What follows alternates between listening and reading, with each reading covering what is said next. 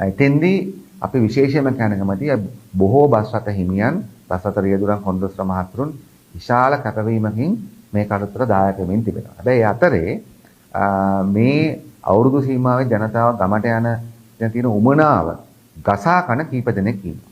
නිසා අපි පහුගිය අප්‍රේල් 8 වෙනිදා සිට අප්‍රේල් 10 දක්වා කාලේ විශේෂම ජාතික ගමනාගමන කොමිෂන් සභාවෙන් පරීක්ෂණ කණ්ඩායම් දාලා පරීක්ෂා කිරීමේදී බස් රථ 194ක් පරීක්ෂා කරාම බස් රථ 16ක් බස් 16ක වාර්තාලා තිබෙනවා වැඩිපුර ගාසු අය කරලා තිබෙනවා. ඒ වගේම සමහර ඒවායි ටිකට් දීලා නැහැ. මේ තියෙන්නේ පරීක්ෂා කරපු 194 විතරයි.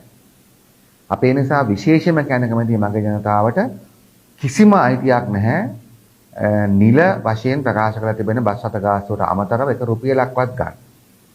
ඒ වගේම අනිවාර්ය වශයෙන්ම ටිකට් ලබා දිය යුතුයි. ඒ නිසා අපි මගේ ජනතාවගෙන් ඉල්ලා සිටිනවා එහෙම අත්දැකීමක් තිබුණොත් මේ අංකයට හෝ මම දැන් කිව්වා 0.70 475 කියන අංකය පමණක් නෙමෙයි ඔබ දන්නා ඕනෑම පොලිසියට අංකයකට ඒක කතා කරලා කියන්න.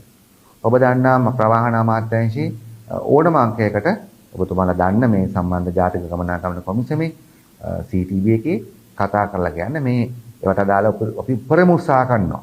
සමාජ ඔබතුමාලා ඉදිරිපත් කරන හැම පැමිණිල්ලක්ම විභාග කරන තරම් නිලධාරීන් නොතිබෙන්න පුළුවන්. නමුත් දුර්මුඛ වෙන්න එපා.